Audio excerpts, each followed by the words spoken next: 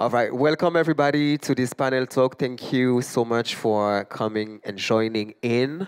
We are going to have a little conversation today for 1 hour or a little more. Depends on how you guys reacting and the question that we have. Thank you so much to my guests for being here today. I'm not going to introduce y'all. I'm gonna let you introduce yourself like I didn't know who you are. Starting maybe with the birthday girl. I don't know. Do you want to do it or do you want somebody else to? Okay.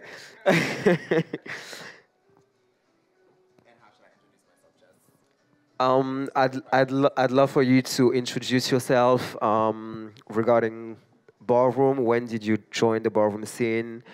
What were maybe your first categories, your first houses? Are you a parent in the ballroom scene? Are you, yeah, just introduce yourself. Yeah, let's get into it. Let's get into it. All Am I right. good on the mic? Okay, so short bio, basically. So, hi, Excuse me. everybody. Excuse me? The music? Is it a problem? Yeah? Merci beaucoup. All right, it's Sweet. okay. Okay, sweet. So, hi, everybody. My name is Genovia. Well, in the name of my father, he would tell me to introduce yourself the right way. So, I'm the legendary NYC mother of the exclusive House of Lanvin. My name is Genovia. I am legendary for runway. I joined the ballroom scene or discovered the ballroom scene at a really young age, but I got to attend my first ball in 2007. I joined my first house around that time, the House of Ninja, that I didn't stay in too long, but I moved on to be a part of the House of Garçon, where I really cultivated myself and really got to become more embedded in the ballroom scene because of my differences in the House of Ninja and the type of ways that we navigated that time. Garçon was like such a relief for me because I got to really be in the minutia of community and really get to see the community for what I also learned over the years. So what else? My early categories when I started walking was Vogue Femme and and runway dually. I took a liking to Vogue Femme because I was really inspired by tons of people, Arturo, Malachi, Pony, but also a lot of femme queens, particularly Mariah Revlon and Yolanda Leomi and like all types of people. And so during the time that I was in the House of Ninja and I was walking Vogue Femme, I also dually got to train during runway where I gained a really deep passion. And dually, I also was in the Kiki scene at that time. And so runway took kind of like over in a sense where I became more passionate about runway and that's what I really committed to. So here I am today, a runway legend. All right, welcome Genovia. Give her a round of applause. Up next, Alaya maybe, Ivy, I don't know. Ivy, you want to do it?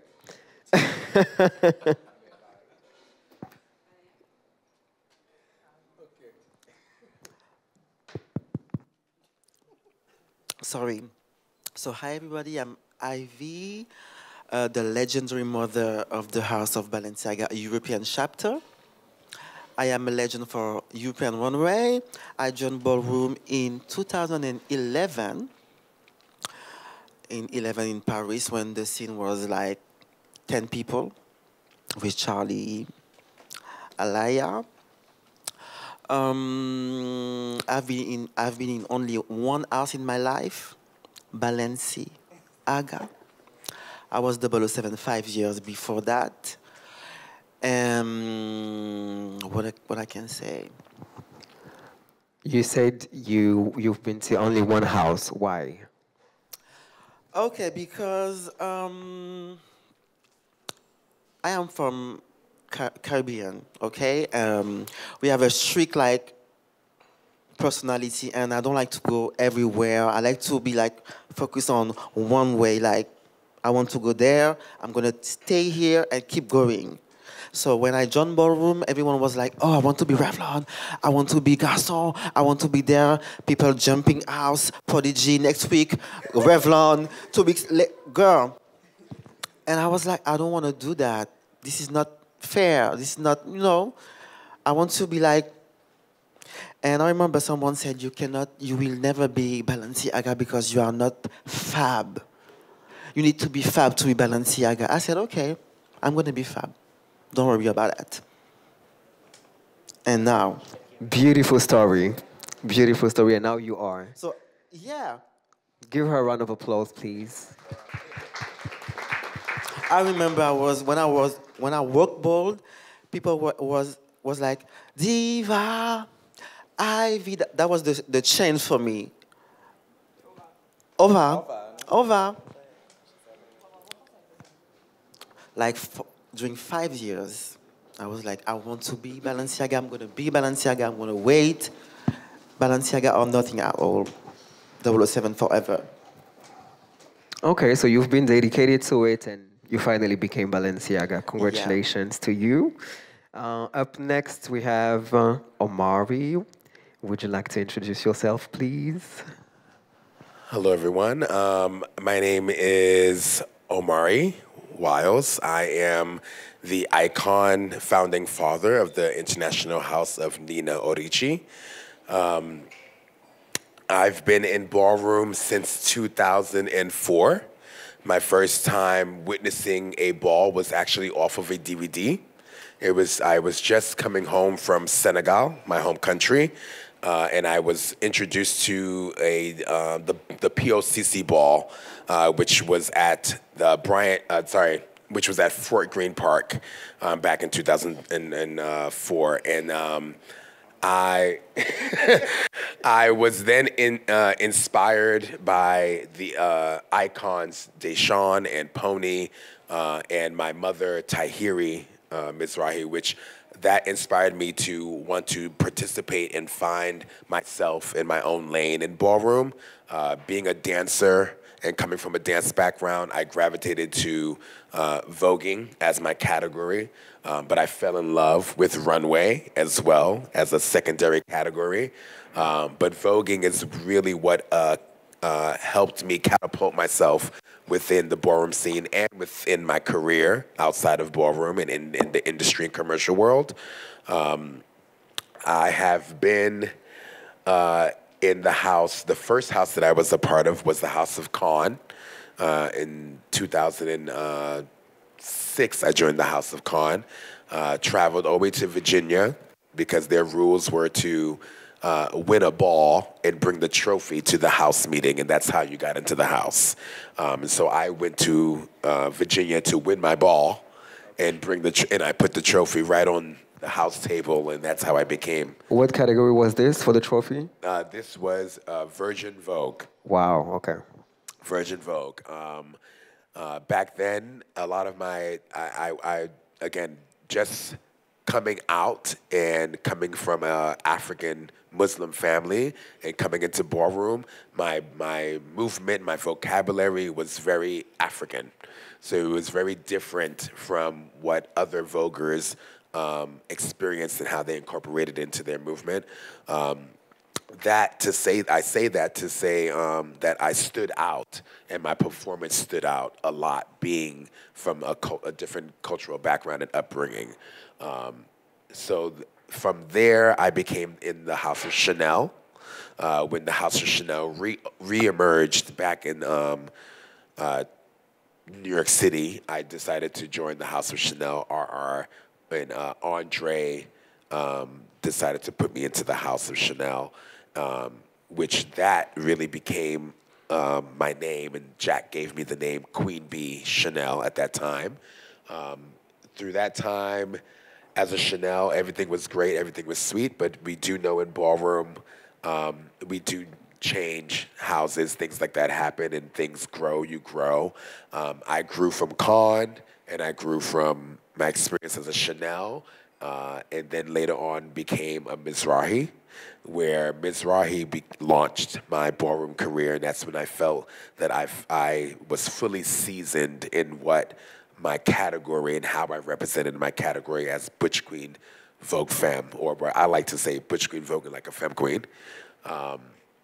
And I stayed in Mizrahi for many, many years, represented it, not only in ballroom, but also took the Mizrahi name overseas and became a teacher and educator in ballroom culture and specifically in Vogue Femme And then I later on, back in 2019, with my partner, the icon Gillette Orici, we decided to found the House of Nina Orici and become a different entity of what a ballroom house is and what we wanted to represent, with a lot of the talent coming into ballroom, and how we wanted to kind of foster the new talent and those who were coming from professional backgrounds into the scene as well too. Both myself and Gillette work professionally within the commercial world, so we felt as if it was something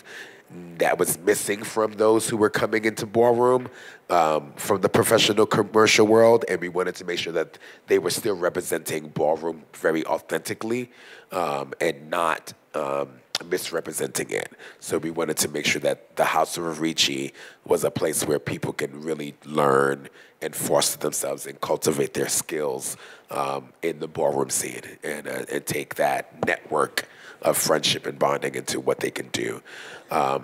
I also started, one of the main members who started the House of Sequoia in the Kiki scene, and I was a pioneer and an icon within the Kiki scene as well. So the Kiki world, where we started really the Kiki scene, where we started it, was really to help you build your skills to then take you on into the mainstream. So from the House of Sequoia, I started, and then I founded the House of Pink Lady, which is now one of the longest running Kiki house in the Kiki scene for 20 years now.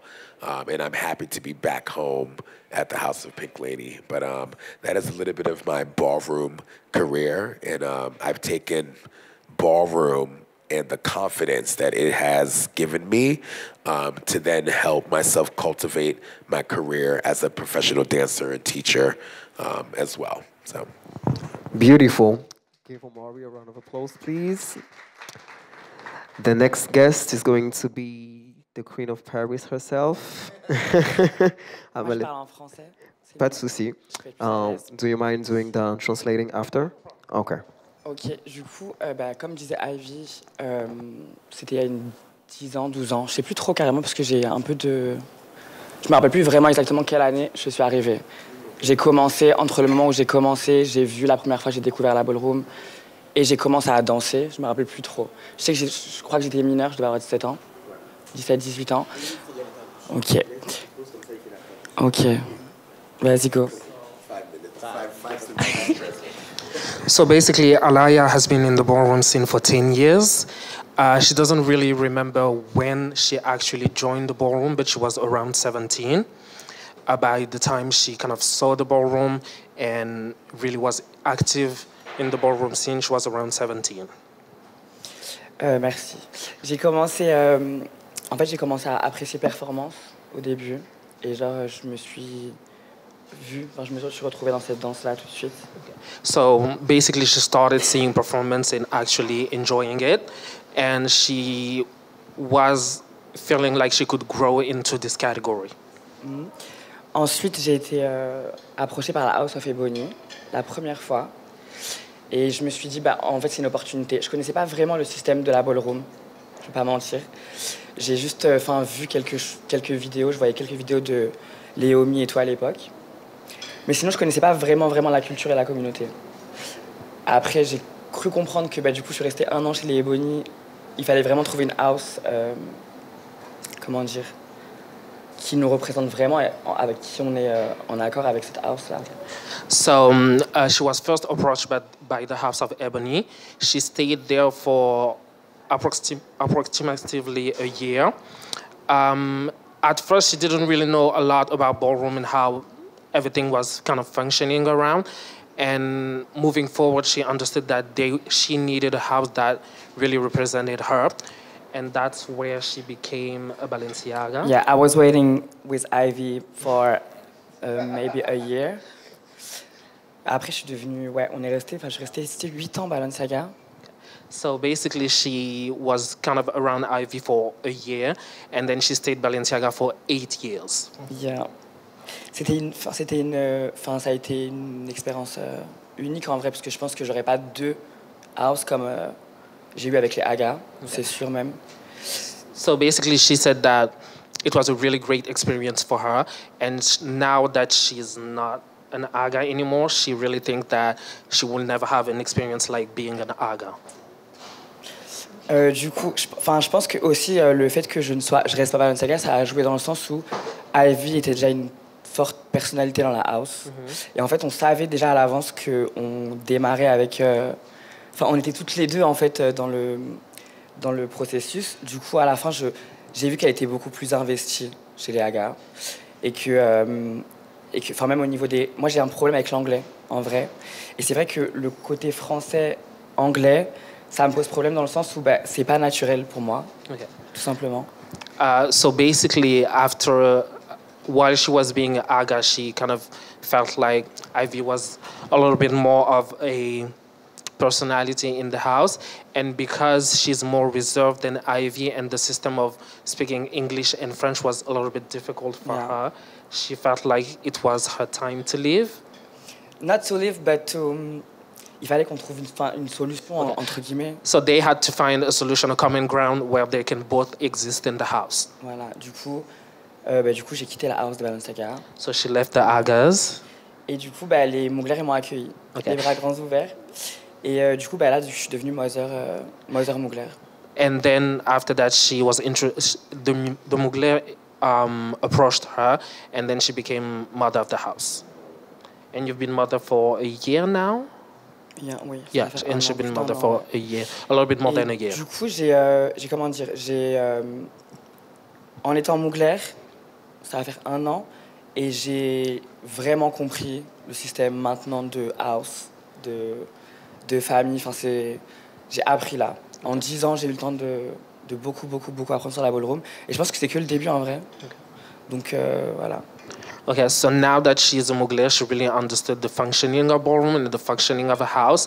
And the past 10 years has really taught her how to be around ballroom and really made herself a name. And now that she's been in the house, she thinks that it's just the beginning for her. And she's going to keep growing and growing and growing.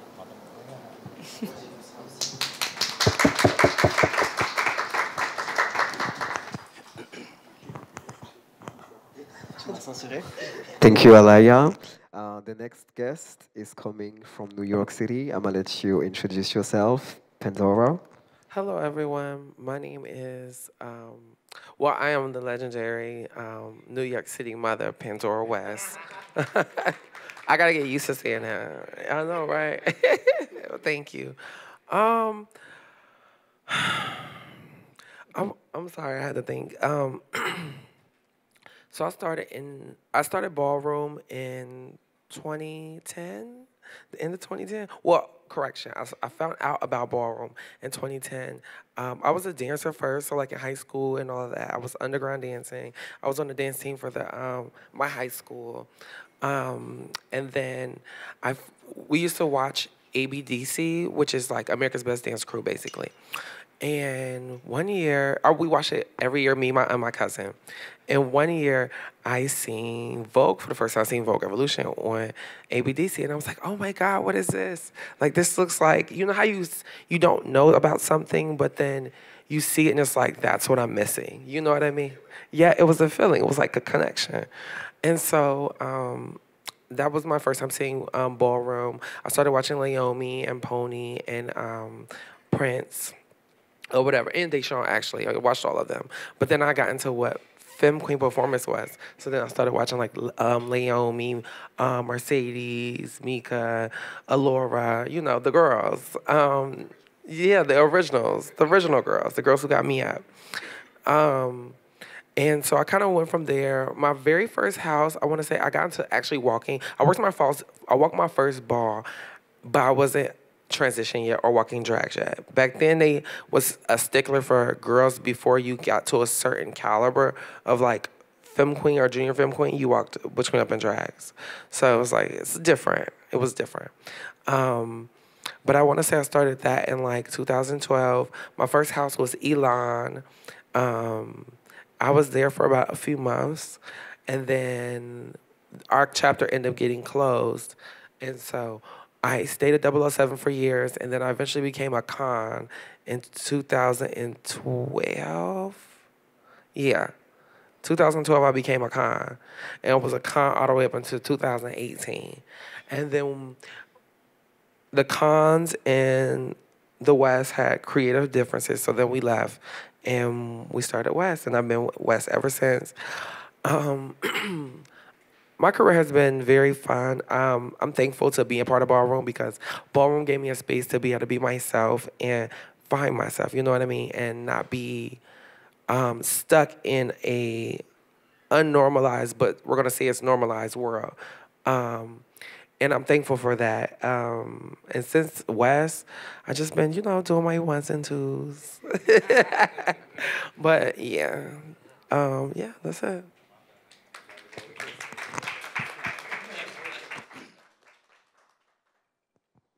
Thank you, Pandora. And last but not least, I'm gonna let you introduce yourself. Hello, everyone. I'm Icon Shady Prada. I was introduced to Ballroom in the year 1990. New York, it was a New Jersey-based house, Valentino. Then I started, my first category was Butch Realness. I transitioned into trans man realness about 12 years ago. After Valentino, I was a member of the House of Chanel for 2 years. And then September 6, 95, Hollis, Pagan, and Charles, and a couple of people felt that they wanted to build their own house, and the House of Prada was introduced to the world. I've been an active member basically by myself, and I like it like that. But we have other members consistent since 95. I have a few Hall of Fames and all of that, but I've walked other categories. Realness, best dress, streetwear, sneaker versus sneaker, but I mostly concentrate in realness.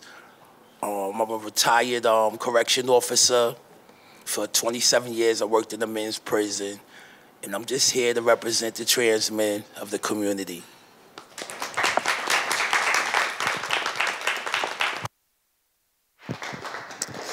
I do have a question regarding the name Prada. Is that the name of a house or is it just your name? Tell us more about the name Prada, please. Oh, the House of Prada started, like I said, 1995.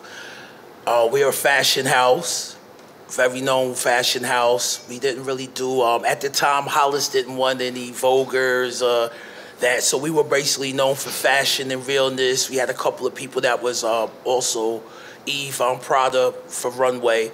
He was very strict on certain things. He didn't want, he wanted us to be different from other houses, so we didn't recruit. They were basically handpicked and everything. But it was fashion after the House of Prada, the label Prada. Okay. But I just kept the name. This fits. Okay, thank you. Thank you very much. I have a question for the people that actually transitioned in the ballroom scene. How is it to experience your transition and to be in the ballroom scene in front of other people that actually see you from a point to another? I would love to know, how do you experience it personally? Maybe starting with you, Ivy. Okay, first of all, my transition was outside of ballroom because my life is outside of ballroom. So I'm a train driver. I drive the train or subway in Paris. So when I decided to transition, one day I was outside. I was like, let me go outside and just have a seat and look at every woman, the shape, hair, dress, shoes, and everything. Because when you are a trans, sometimes people see you as a sex toy. Like you need to have big titties, wigs all the time, makeup, heels, very. I didn't want to be like a sex toy for men. I wanted to be a woman, like a regular one, with flat shoes, a shirt, jean. That's it. But when you are in ballroom, there is a difference between being a trans and a femme queen. For example, I don't work realness category because I don't feel like I'm a femme queen. I hate wigs. I hate makeup. I just want to be a regular woman like... Excuse me, Ivy, do you want to say something?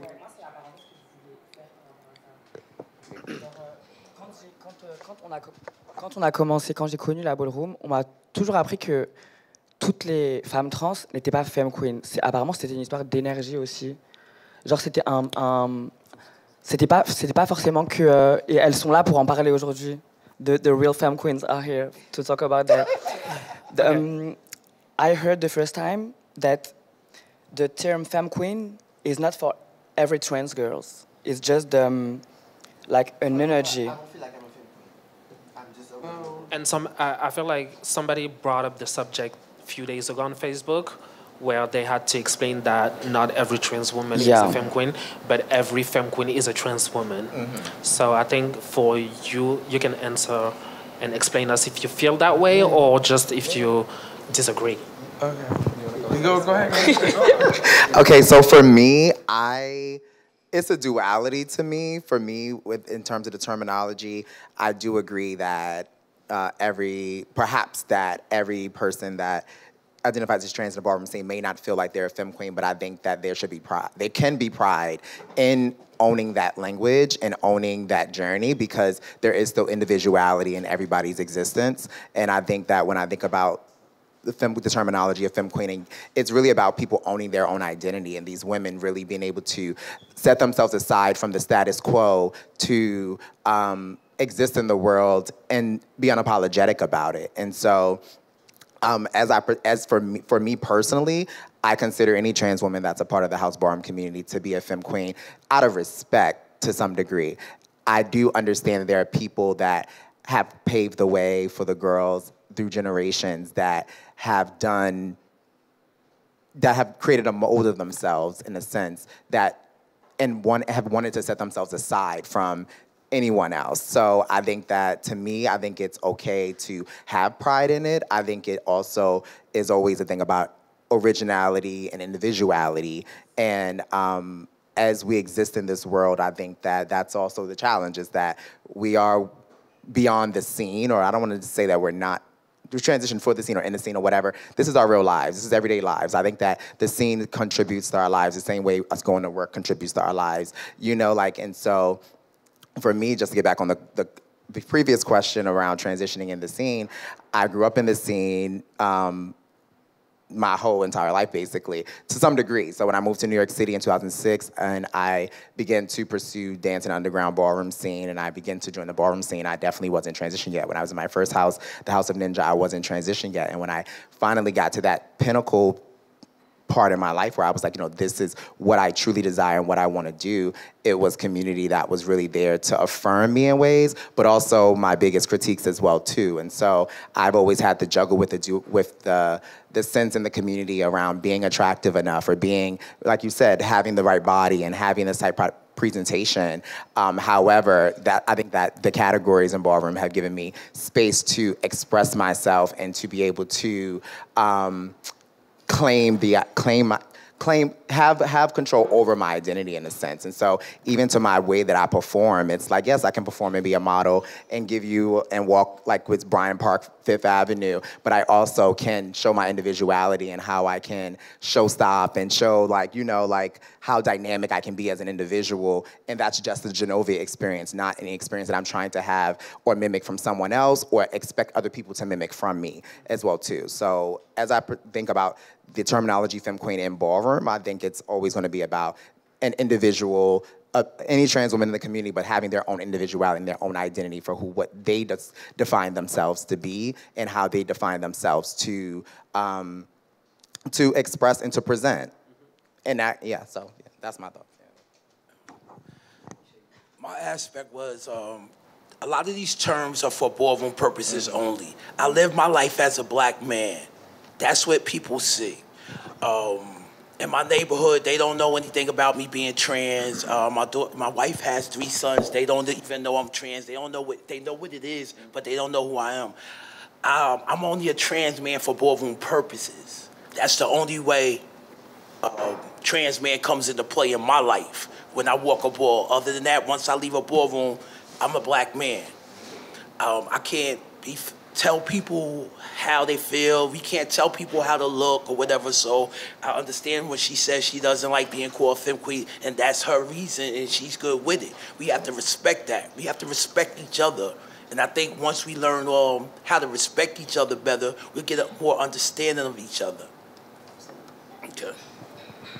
I remember the first time I saw the category Realness, Femme Queen Realness, I saw Jahaira Balenciaga. And I said, I want to be like her, and I want to join this house. She was like a diamond, a woman. She looked like my mother, my grandmother, my sister.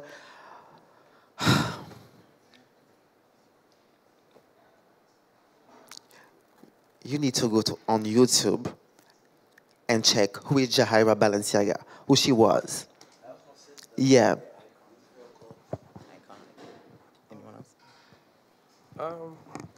As far as the question about the trans thing, so for me, I do believe that everyone's take or perception of what it means to be a femme queen matters, for sure. And I definitely do think everyone is different. Their idea of what a femme queen is different as well. And I think that's where I feel like the confusion comes in at, as far as everyone's different perception of what they want to be versus what they think it should be.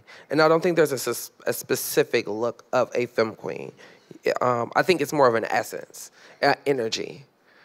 But like I was saying, for me, when I first started transitioning, I was working I was working at this place called Bruger Bagels. It was a little bagel factory. And no, seriously, it's so funny. And trying to transition there was very hard. It was very hard, actually, because you had, back then, trans was not a thing yet. It was not, like, openly talked about. No one really knew. And I was not the most passable at the time either. So it was very hard. And so eventually I got tired of, like, stares and dealing with people, like, looking at me funny and stuff like that, or just different conversations that were just very, like, uncomfortable. I kind of stayed under a rock until I felt like, or a cocoon rather, until I got to a point where I was able to be passable, and then I went back to work, obviously. But as far as with ballroom, I did walk balls, but ballroom is really about your image. Like, it's about how you look, how you present yourself, how you carry yourself, how you articulate your words, how you move, your craft, your ability to captivate an audience and control it. It's entertainment. So in the beginning, like I said, I wasn't the most passable. So, like, for me, again, it was one of those things where I kind of disappeared from ballroom. Like, I started in 2010, 12. Well, 2010 is when I first started, but, like, I would be in and out. So I would walk a ball, and then I would stop, and then I would come back, like, 6 months later, and then walk a ball, make my name, and then disappear again. So, like, for the first 5 years of my transition and ballroom career, I was in and out because I felt like my appearance had to be at the level that I desired. And so I always, like, channel, like, for me, like, when it comes to ballroom, and I think of, like, my image of how I want to carry myself, I always think about Beyonce, because she's always, like, that lady is never not on point, like, ever. And I embrace that. So, like, for my femme queen, I would say, like, my femme queen is, like, Beyonce, like, you know? No shade. Yeah. I wanted to ask you, because you talked about appearance and how it had an impact on your transition. And I feel like nowadays we have social media, we see a lot of things. what can you say to the younger girls that are coming up or transitioning or seeing all of you guys being somehow perfect? What could you say to them to not be in a rush to get this surgery or this or that, or trying to look like somebody that they are not? Because I feel like in ballroom, you see a lot of people and you watch around and you say, I want to be like this, I want to be like this, I want to be like this. And then when you get to the point where you're like this, you realize that it's not really what you want. So it's kind of giving, I'm doing a step back just to keep going further. So what could you say to the younger femme queens? Because I feel like ballroom is all around them. Sorry. I'm torn right now, to be honest, about that response, because I feel like right now that so I think a part of it is that what would we say to young femme queens that I feel like they're transitioning? You said a few things around people perhaps misstepping or doing things and following after others. I think everybody's life is a journey. I think that what I will say to younger femme queens is that in this time that we're in now and today, it is challenging still as it was in the past to be able to find affirming care and things that will help you go throughout your journey in a safe way. Not that that's for everyone's story, but what we're dealing with in the States right now is that we have a full administration that's trying to block. So it's like, you know, the things that we have once created pathways for access for may be threatened in a lot of parts of the United States. Fortunately, some of us live in New York where we have like state legislation and things that are sustaining access for people, but a lot of places in the States doesn't, and throughout the world does not. And so there's plenty of people who are not on the radar that perhaps are finding their hormones and finding things, you know, the way that it was done in the past, like, you know, because that is much more perhaps certain in ways that then supportive services are able to sustain. It's like people understand this should be given to you to affirm you, but then now it's like it all was a joke to some degree. It's like, you know, like, are you really truly believing that I can follow this pathway and have access to a medical provider that can support me, or resources like therapy, et cetera, to kind of address whatever I'm dealing with? Or are you just following a fad and you know, I don't know, it's just interesting for me. But ultimately, I think that for young people, it's always going to be challenging. I would say to be persistent if it is who you feel like you are deep down inside, and you will learn along the way. And unfortunately, some people may do things that they may not be committed to, but that doesn't mean it's not a part of their journey and that there's not ways for them to still affirm themselves. And maybe, you know, that's okay to have that turning point and say that I no longer want to do this and this isn't for me. But I think that that's a road that people have to get to when they get there as an individual. I don't think that people should feel any way about being inspired by other people. I know it can feel like, oh, you're just doing this because so-and-so did this. But ultimately, sometimes there's no other examples in the world about what trans women or trans people should be like. So I'm going to look to the person next to me because this is my first time seeing this, or not even just my first time seeing this, but the only person that's like a real humanized ideal of what's possible, you know? And so that's my challenge with it, is that in society, it's like us as a people, like we're often kind of critiqued, you know, for choosing to do this and choosing to do that and choosing to affirm ourselves in ways that may not go with what society feels is best. But hey, if I want to have motherfucking G-cup titties, bitch, there is a woman out here that has G-cup titties, baby. You know, like, and if it's not, I'm the one. I'm the first one. Like, and that's okay too. You know, like, and it's for that individual person to go through life and be like, okay, this works for me, this doesn't work for me, this affirms me, this doesn't affirm me. I don't like how people react to me walking down the street. Maybe I want to change it. Maybe I don't give a fuck. Fuck them. Like, you know, like, so I just really would encourage younger people to stay true to themselves and try your best to connect to people who are providers that can affirm you and care from a medical sense, because there is special support there. But also, I would be reluctant to say that people in community have bred people and have given people space and resources and nurtured them up to be amazing, beautiful people that they are. And so I think it's just really about you staying true to yourself, you know? Okay, thank you so much, Genovia. Alaya, maybe do you want to add something on this? Ouais, moi, je voulais dire un truc en français pour les young girls. En vrai, il faut prendre son temps un maximum. Genre, réellement. So basically what she's saying is that in her opinion, younger femme queen has to take their time and really, really take their Yeah. time. Ouais, mais vraiment, genre, c'est pas prendre son temps, c'est vraiment. Yeah, voilà, faut vraiment attendre. Je pense que faut apprendre à s'accepter physiquement aussi. She thinks that you have to sit down and really accept yourself physically so you can really take your time into getting to know what you want and what you don't want. Et je pense qu'il faut vraiment s'écouter, comme elle disait Pandora, intérieurement, genre. Faut pas penser à la vision qu'on va refléter. Faut penser à ce qu'on veut être intérieurement. Genre vraiment, je sais pas comment dire ça, mais on n'a qu'une seule vie, on n'a qu'un seul physique. Et en fait, vouloir tout faire, tout essayer, peut-être aussi, genre, je sais pas, les jeunes filles, je les vois, elles veulent refaire les seins, refaire le nez, refaire les pommettes, refaire tout ça. Et en vrai, je pense que c'est pas la solution. Faut genre prendre son temps, évoluer avec les années.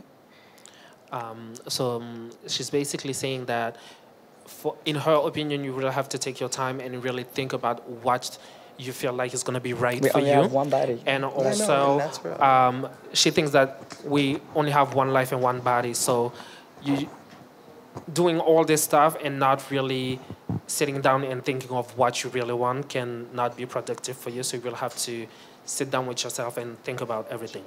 Just one second.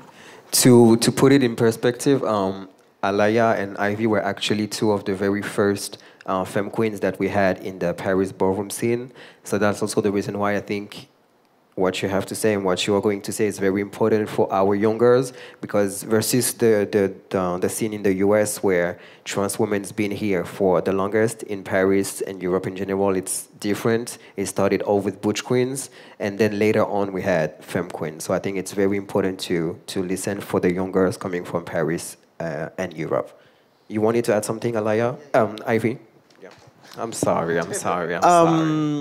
I remember when I was younger in Ballroom, I saw Genovia, Champagne Icon, Dawn Ebony, Jahaira Balenciaga, and I wanted to look like them, like fish. You know, not the femme queen, femme queen energy. I have the energy femme queen only when I'm dating a man. Makeup, wigs, and everything. But out of that, a fish woman. Okay. Pandora, I think you wanted to add something. Oh, I'm sorry, Alaya? Yeah? Juste pour revenir à ce que tu disais, je pense que ça vient aussi avec le temps. Genre, je sais que moi, quand j'ai commencé, eh ben, j'étais pas aussi à l'aise avec moi-même. Et avec le temps, bah, comment on dit? Je suis plus naturelle. Je sais pas comment dire. Genre, quand j'étais plus jeune, c'est comme une transition, en fait, ça aussi. On a le temps d'apprendre. Genre, je sais qu'il y a 10 ans, j'aurais dû être full. Je sais pas comment t'expliquer ça. 10 ans après, genre, je m'accepte beaucoup mieux. Enfin, je sais pas si tu vois ce que je veux dire. Alaya is saying that some things also comes with time, and sometimes you really have to take your time, basically. And now that she's 10 years in Ballroom, she thinks that looking back, before she would... She was in a rush. She was in a rush, and she felt like she had to do some things, and now she's like, maybe I don't have to do this, or if I have to do it, I'm just going to take more of my time. Je vais parler en français. Quand on a commencé ensemble dans la house, c'est vrai qu'elle avait cette envie de tout faire, la bouche, une femme queen c'est comme ça, une femme queen c'est comme ça. Et depuis qu'elle est devenue Mugler, là elle est plus guidée par Kendrick, qui est beaucoup plus mature, et elle voit les choses différemment. Et je le ressens parce qu'en fait, depuis qu'elle est devenue Mugler, je la vois beaucoup plus mature, va prendre des décisions. Elle va prendre des décisions. Là, elle est plus guidée chez eux. I don't think before you would have done something like this today. Yeah. So basically, Ivy is saying that now that she looks at Alaya and now that she's a Mugler, she also feels like she's more patient with herself. And because she's guided by Kendrick, who is the European father of the House of Mugler, she also feels like that has an impact on her. And she feels like you have to be well surrounded, so that can also help with the transition in what you have and will not do. Yeah, the surrounding. To everyone's point, and I know it's easier said than done. But I think it's so important that people understand that time, you have to take your time. Like, you cannot rush it. And the reason why you can't rush it is because greatness takes time. So no, it really does. It really does. You have to be consistent. You have to be resilient. You have to be determined. And consistency is key. One thing I will say too is, don't feel like, I understand the wanting to transition, wanting to be fish, wanting to be a woman, but it's okay to not dress the part until you are passable enough to be able to, I don't want to say blend, but feel comfortable, because it's not always about, it's about your comfortability. So if you don't feel like when you start dressing like a girl, you don't feel comfortable yet, then wait and moan behind the scenes until you feel comfortable to come out. Because once you come out, you show people who you are, and if you don't feel confident in yourself, then they're going to know. And it's important to have confidence. It really is. It gets you very far. And I would also like to say, just don't let everyone else dictate what your transition should be. Because what I have realized about people is, I've had so many people try to tell me, like, oh, girl, you got to look this way, or you got to act like this, or you got to be this. There are so many flavors of candy, and, you know, it's just like, girl, it's not one way. You know what I mean? It's about finding yourself, being the person that you want to be for you, because at the end of the day, nobody is going to live the life but you. And I also want to say this to the people who start to transition and it may not be for them, or you change your mind for whatever reason. Don't allow society, your peers, or anyone to make you feel guilty for a choice that you want to make for yourself, because self-love is the best love. And if that's not what you want, then don't feel guilty to do something just because of your peers. Thank you so much. Omari, you wanted to add something? Well, I actually did not, because again, I'm a butch queen in the ballroom scene, and so I didn't feel as if it was my place to answer, and I wanted everyone else to be able to represent trans men and trans women in their transition. But then when you brought up this topic, I felt like it would be only right for me to express this part of my journey in ballroom, but also in life. Mm-hmm. I had femme queen mothers in my past, Lola La Perla Ebony being my femme queen mom. Back in the day, in my younger days, where I did struggle with coming out, especially to an African family, predominantly a Muslim African family. I had to live on the streets and find my survival. During that time, I was influenced through ballroom, but also through survival on that, if I chose this path to then transition, that I could try to make something easier in my life, or to make some sense of why I had these feelings towards men, or just being more feminine, right?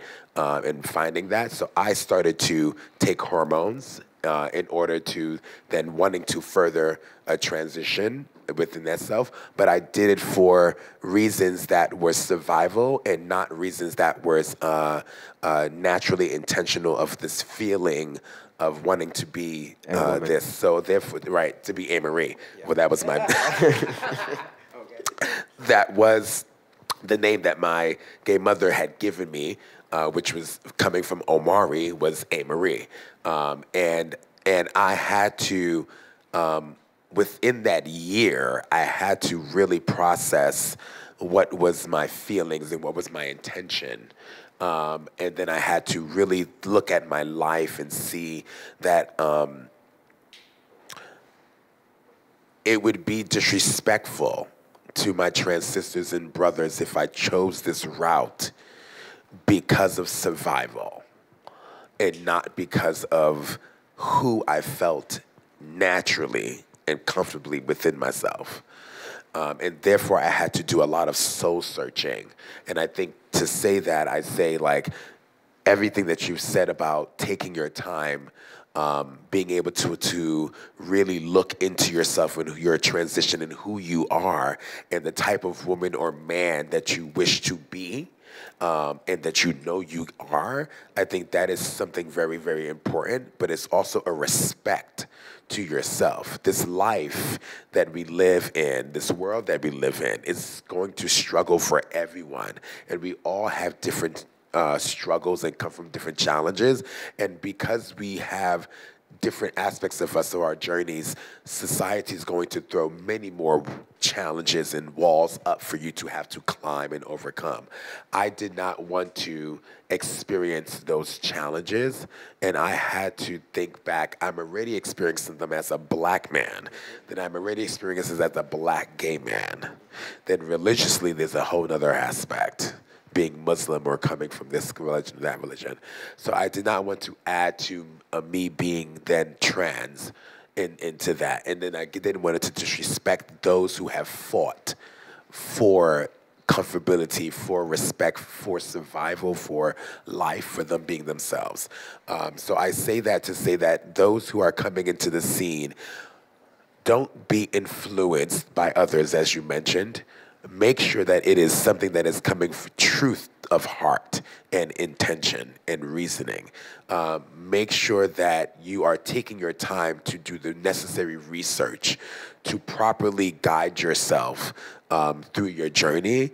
And then because of social media and because of Ballroom and the competitiveness that is in Ballroom, you do not need to compete with anyone else but yourself. You allow your journey and your process to be yours. Every woman, every man looks differently. And that is the world that we live in. That is the life that you are given, right? To make those choices. You can change your appearance. You can change your energy. And what femme queen or trans men energy, masculine energy, feminine energy, and Ballroom is it is a persona, right? That is what it is. It is a character. We are theatrically giving a performance when we put that mentality on the floor. Some people do take that into their real life because that is sometimes the case where that is all that they have to feel, to latch on to. I think we have to then cultivate our community to latch onto other goals, so then they don't feel that that energy is the energy that has to be 24/7.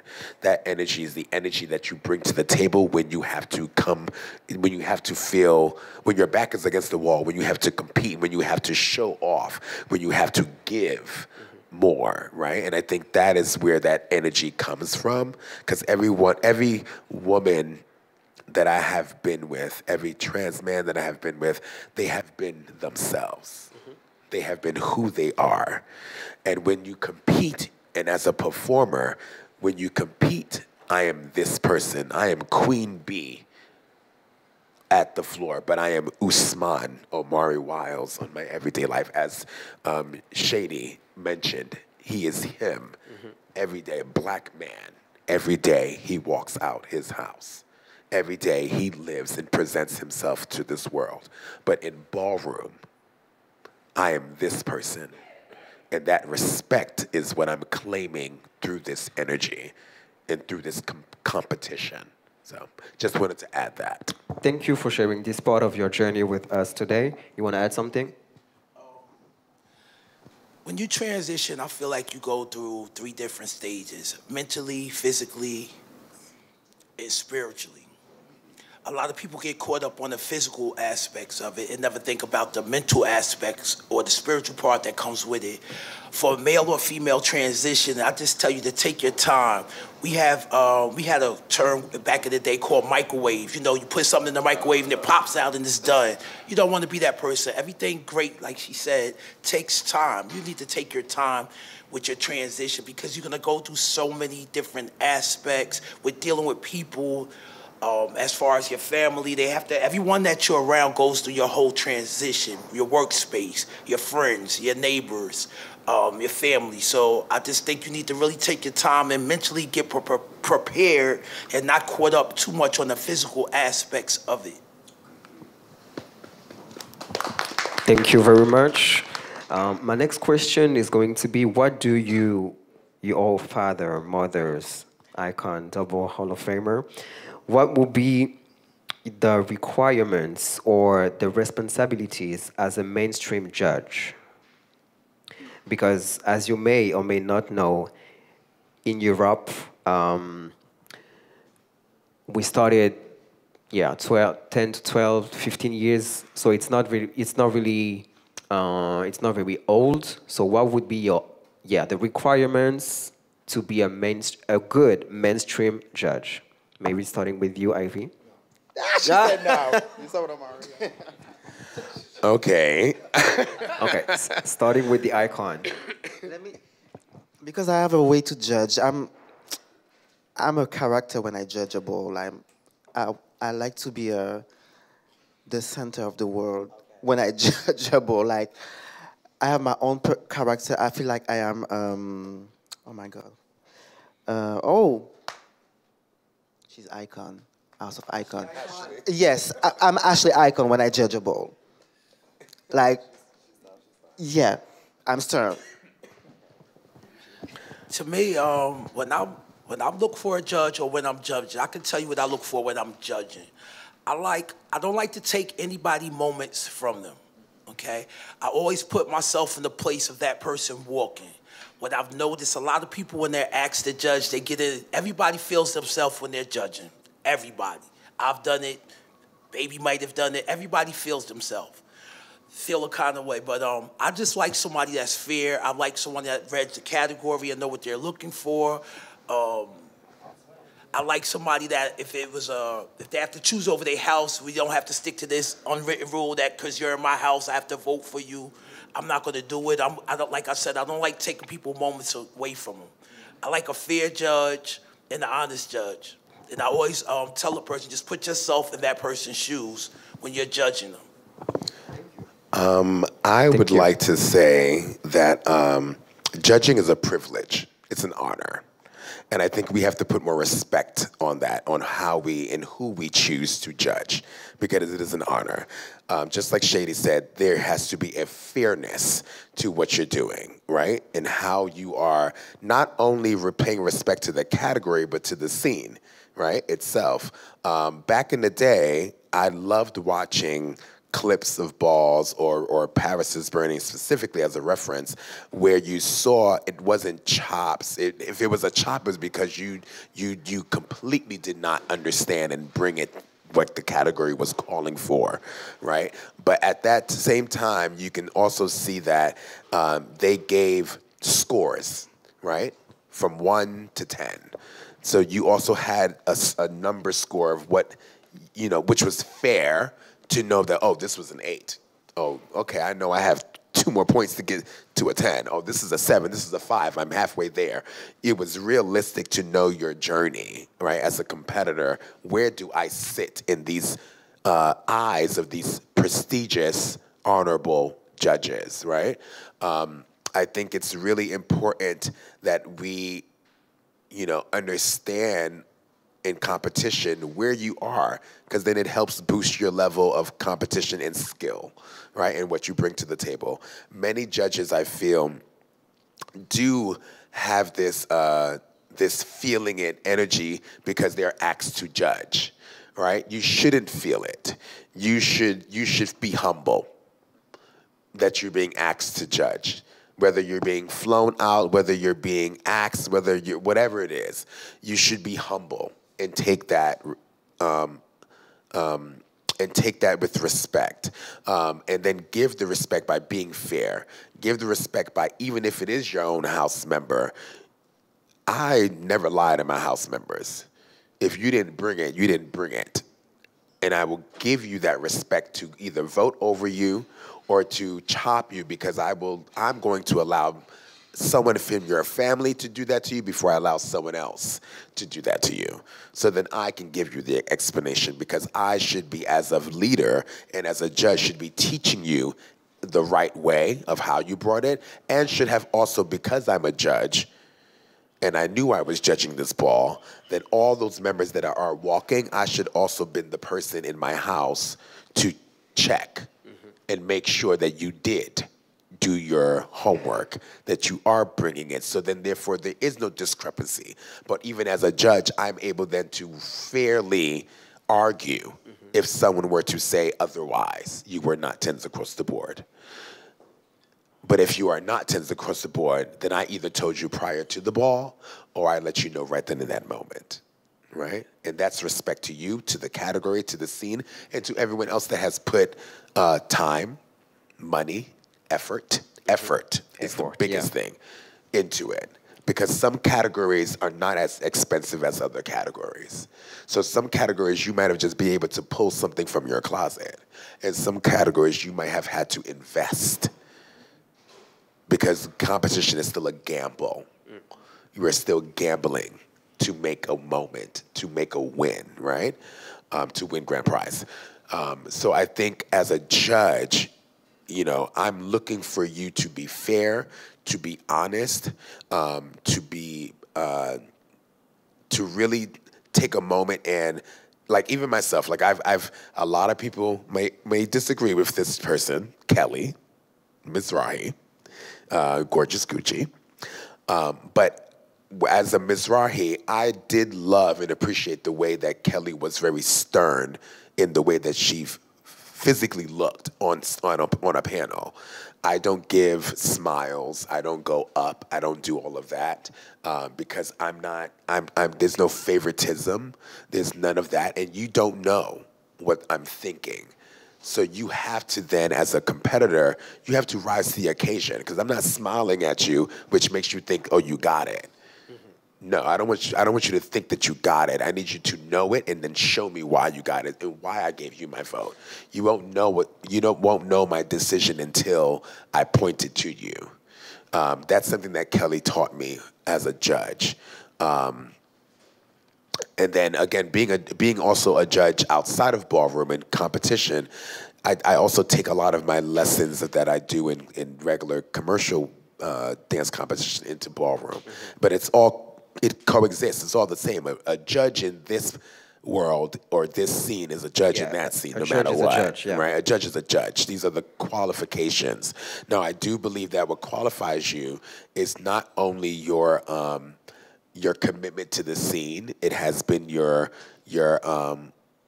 passion, your moments that you've made within your category that has made you respectable to and honorable to then have taken on this privilege of judging others, right? But that's what I feel about. Okay. Yeah. Maybe Penzoa, you wanted to add something on this? Alaya? Okay, we're gonna wait a few moments. I'm sorry, I was eating ice. So, for me, I have to be honest. I'm a big stickler for ballroom holding its integrity when it comes to when a promoter writes a category and them putting people on the panel that actually read and know the categories.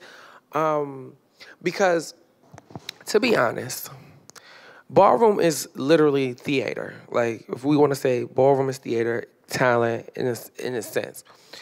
And for me, it's like we have these promoters who sit and take time to think of these categories for people to actually go home to do the homework and start thinking outside of the box and make visions come to life. And half of the time, well, at least more recently in the later years now, a lot of times people do not bring categories correctly, and it kind of gets swept under the rug. And for me, I think that's a smack in the face to the promoter. That's a smack in the face to people who take their category seriously. And it's a smack in the face of creativity in general because it's like, So when it comes to judges, I look for judges who actually pay attention, who know ballroom, know what a category is supposed to be, bring in the category like how it's supposed to be brought, not necessarily pushing someone through just because you like them or because you're friends with them or that's your grands or your niece, because at some point we have to hold the integrity of what it means to be a ballroom walker and what it means to deliver. and entertain and all those kind of things. Quality, yes, quality. So I definitely look for a judge that looks for quality, that knows the categories, reads the categories, and is fair, that pays attention and doesn't necessarily uses their outside personal vendettas to get back. No, but I've watched. There's been times or even to the point of, just to say this, there's been times like, with being a femme queen and being one of the girls, there's a lot of girls in the U.S. or there are older girls who shade the newer girls because they can't take them. And I'm not naming names, but like, I've had situations personally where I've sat and I've watched. And see, people have to remember that we may not see you in that moment, but that right there, she sees everything. And so when you go back and you watch these clips and you see people unintentionally, and hear these things, you see the shade and it's like, I did nothing to you, but it exists and want to be the best version of me, and that's a problem. We should be celebrating each other, not. Yes, but it is still competition. But if you're not but you're older. But it's still competition. But you're not walking. But competition has no age. Yeah, right? but if you're. It's still competitive. Although, yes, you need to be, sportsmanship. We know that word, but it's, I don't need no mic. Sportsmanship is the word, right? Yeah. Sportsmanship should be what we should be doing, no matter what. But at the same time, we cannot turn our head to that humanistic feeling of jealousy, humanistic feeling of competition, envy, humanistic feeling of I need to step it up I need to stay at the top, right? Because no one wants to be knocked down, right? But if you're an icon, why does that matter? I think okay. The reason why newly deemed icon, I think that it is also because you want to stay relevant. To some who feel that way, I do feel like there are some icons or some older generations, but not even older, because this also goes to a lot of the ones who are 32, 30-something years old, honey, who are feeling like I need to remain relevant. I need to remain that boy or girl. I need to remain that it. Because if I'm not, then I get put to the back, right? And some people feel that way. And therefore, that's why you get that feeling it factor. Because I need to feel it. Because I might not be doing it on the floor, so I need to feel it. You know what I'm saying? I think what she's saying is you not voting or chopping me because I'm not bringing this one thing, but you being shady to me is a whole different world. I think that's what she's trying to say, if I'm right. Yeah. That's what she's saying, like, because I'm more mature and I've been walking for 30 plus years now, and I don't shade like another trans guy. I cheer for him. Believe it, contrary to what they think, I really cheer for him because the word competition, I still walk because I'm competitive. I was born to competitive, so I'm gonna always have that competitive feeling, but I don't talk down or feel a kind of way if somebody like Wes, I love Wes, Balenciaga, I cheer for him all the time, but he probably don't know it, but I done told him, you feeling me? I'm not gonna be that icon that hates on the younger generation because they're coming or they're bringing it better. I'm gonna be a cheerleader, always. Sometimes they don't even know that they're doing it.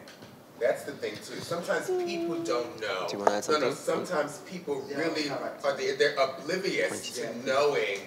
Oh, this is the type of energy that I'm giving off. Some people are oblivious to that. We have to be very honest about that. And that's why. I can give you a prime example, and she brought her up. My sister Ashley. Ashley, the way she delivers the chops are sometimes just unnecessary. If you're very respected, understand. You say you live? You know, because she said she like Ashley. I live for Ashley. She's a very stern. judge, but sometimes like the beeping the horn that's embarrassing. You don't have to belittle a person to check them. Yeah.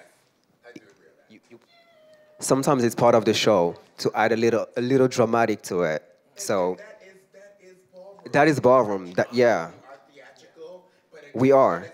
I can give you a prime example. Back in the day, we had Roger, God bless the day, Roger Milan.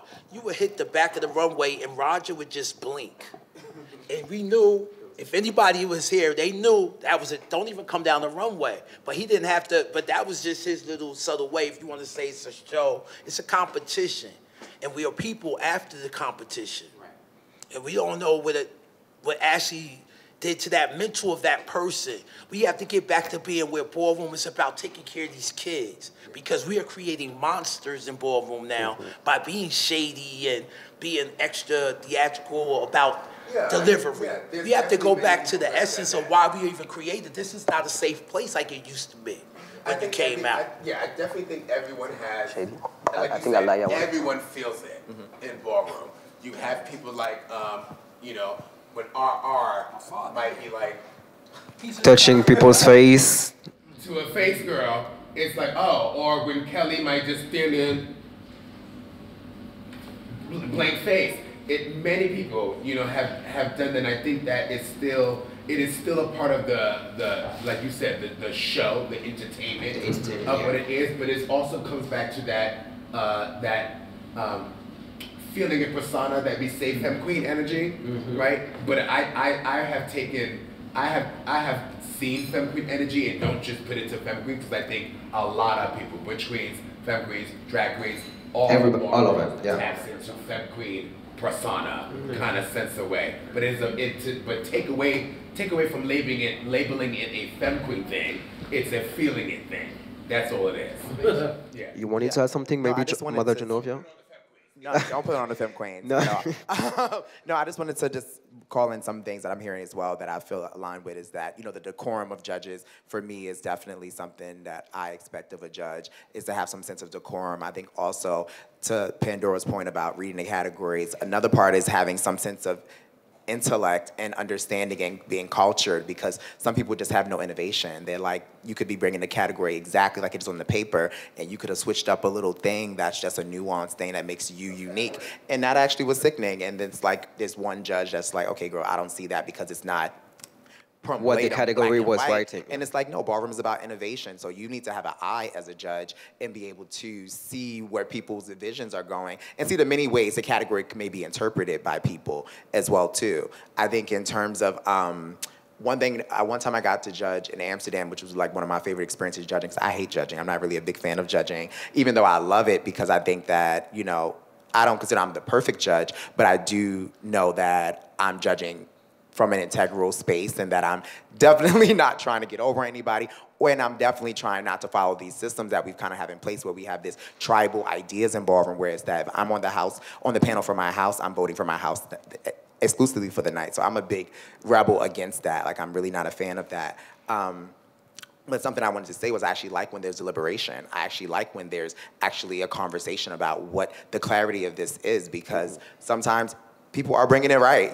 Many times they are bringing it right, and it's because of people's level of education, perhaps, or level of understanding of vision, that they are just like, I don't see it. And it's like, this might have been a perfect moment. But also, I think another part of that I expect is people to have an eye about execution. Execution is very important. The way you move down the runway is very vital and important. Having that level of confidence is very important. And I think, sometimes judges, I think, are much more lenient than they have been in the past.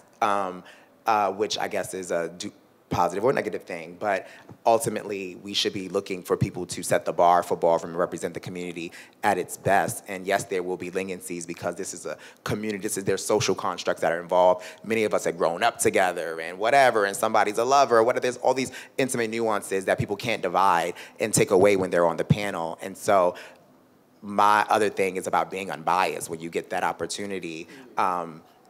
as well too, because it's a make or break situation. Even though there is immense pressure from you from your house, immense pressure from you from the people that you know to to pick for them just because whatever, you probably took a car to the ball with them and now you just have to chop them and now it's like, bitch, it's beef. Like, like it's like, girl, you just didn't do what needed to be done. Like, and we can't have that third degree of separation in ballroom. I think that's the biggest challenge. It's like, and we often also talk about ballroom in terms of it just being the ball, and it's like, that's not just ballroom. The ball is not just the scene. The scene lives on before and after the ball, and those aspects all bleed into the ball. And so until we can really, compartmentalize and be like, this is competition and this is the kind of standards we want to get back to, then we're never going to be able to get back to that space of being unbiased and people having personalities and egos and picking in their own favor. There are only 9, 7, 5, 12 judges, and then there's 40 houses. So it's like,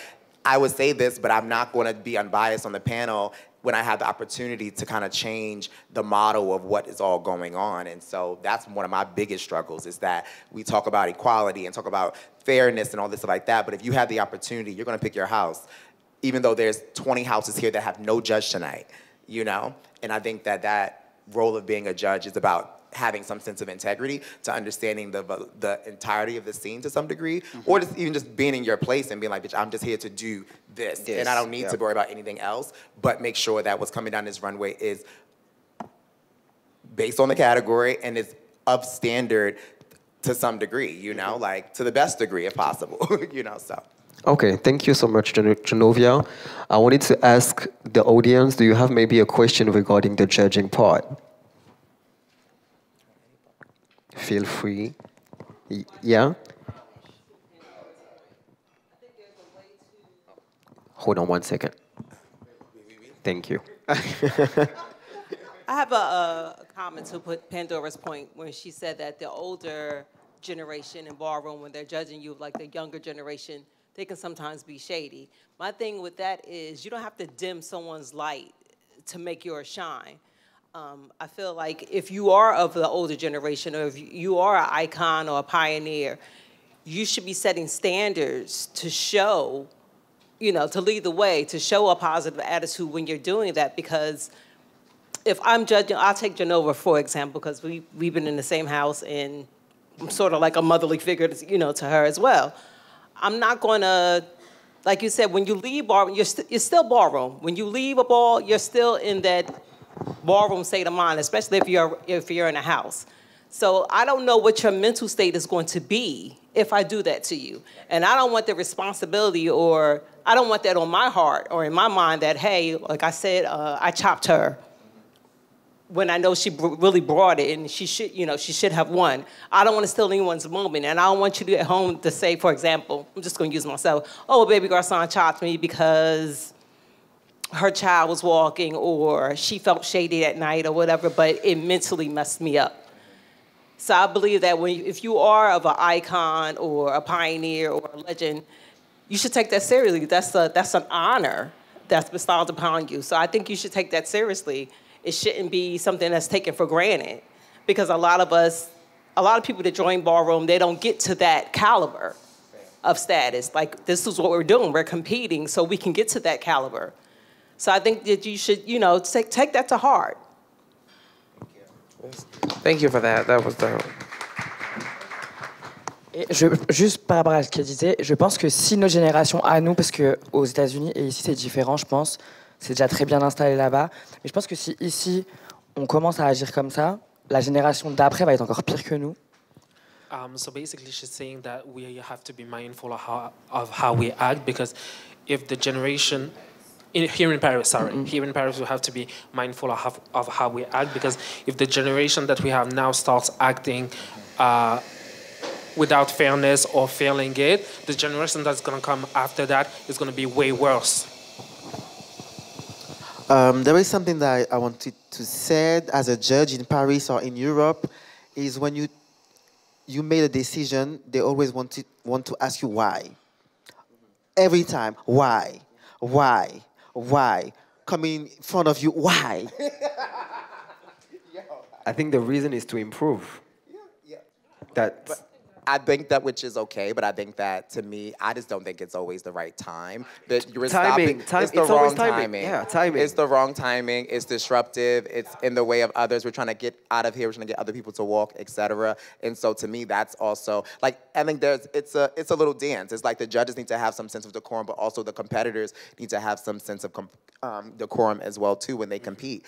And it's okay to sometimes just bow out and say, this is not my fight right now, or address it later, you know? But people are highly emotional, and there's also a lot of money and grooming people to believe that they are entitled to things because of who they are associated with or who they are or what they're doing. It's like, that's the unfortunate piece. There's a lot of expectation from the competitors versus coming to present yourself and be able to receive what the judges give back to you. There's already people set up with this premeditated idea that I'm gonna get tried tonight. Nobody trusts any judges panel in Ballroom because that's what everybody preaches. They say they're never fair. They say that, you know, that it's never gonna be a good night, even if it's a good night, you know? Like, and so people just don't want to be denied, and there's just no space. Like you said, only a select people get to be a legend, get to be an icon. Some people maybe deserve it and still not get deemed. So it's like, you know, it's a very picky thing. So what you do and what you present as a competitor, you need to stand out and really fight against the odds, and not physically always, but in your level of caliber and how you show up to the ball, you know? I'll say, to piggyback off of Genovia, the timing is most important in your manner of acting. If I'm on the judges panel and you're running at me, talking about why you chop me, it's a problem because I'm gonna become defensive because you're being very aggressive.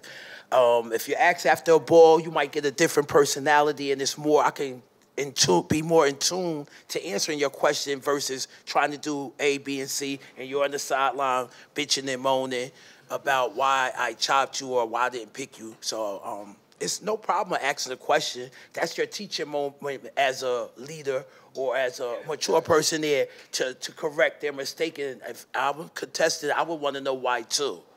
You feeling me? And it's about the approach and coming. I just want to say this. I totally understand the whole, I don't like the whole coming up to the panel thing.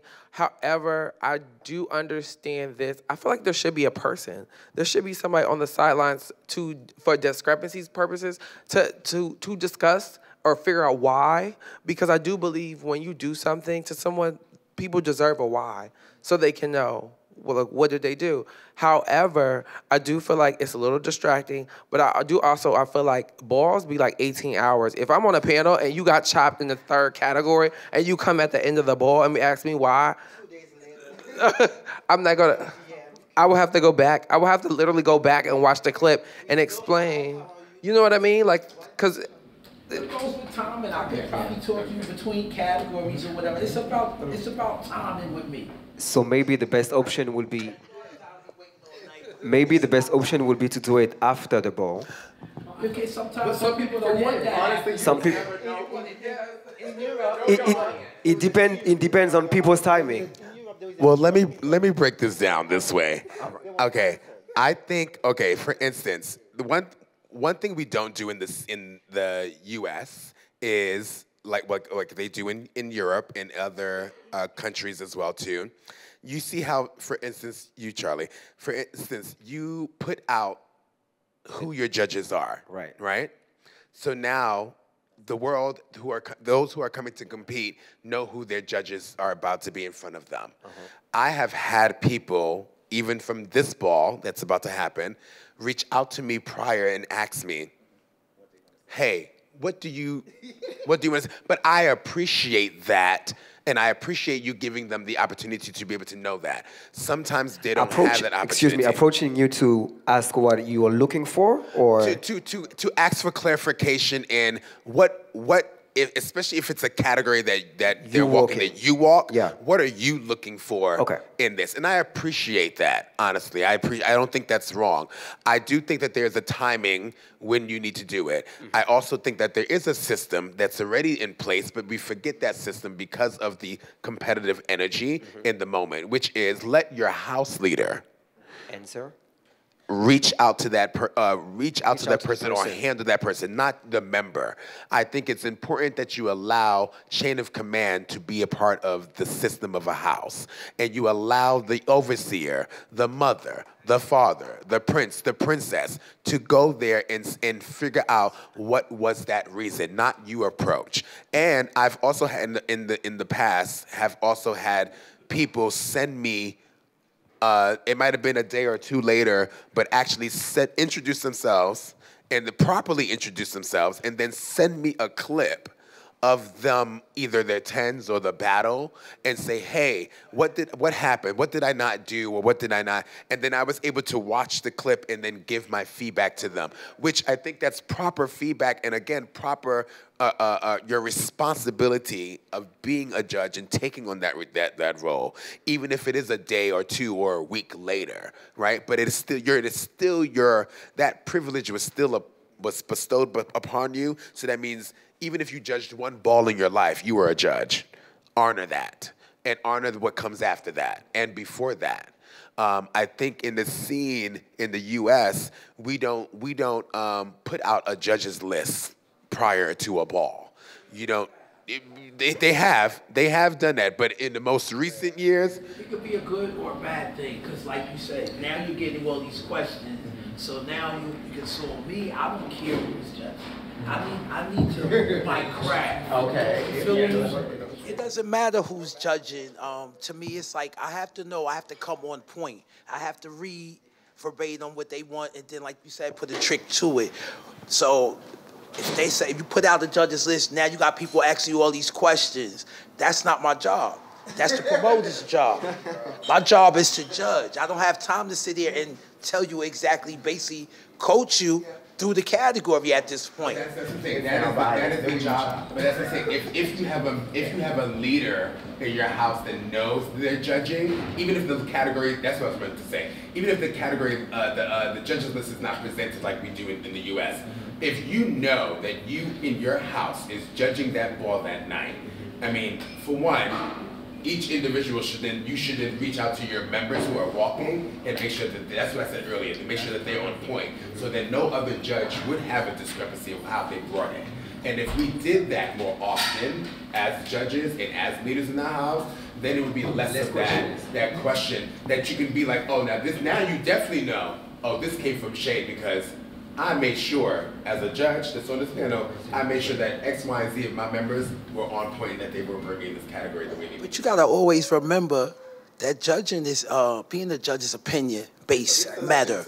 Because something you may see, I might don't see it. And that doesn't make it shade because I don't see it.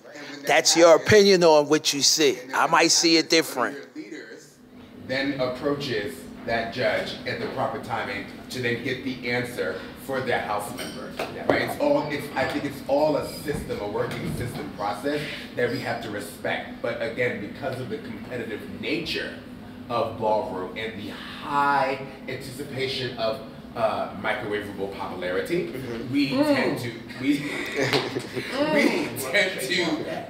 to then be anxious. Yeah. Right? And anxiety is a big thing in our community right now, as well as depression. So yes, taking what Lady said about not wanting to take on that responsibility of that person's mental state after, but you also have to check their mental state before too, as well too. Are you ready for competition?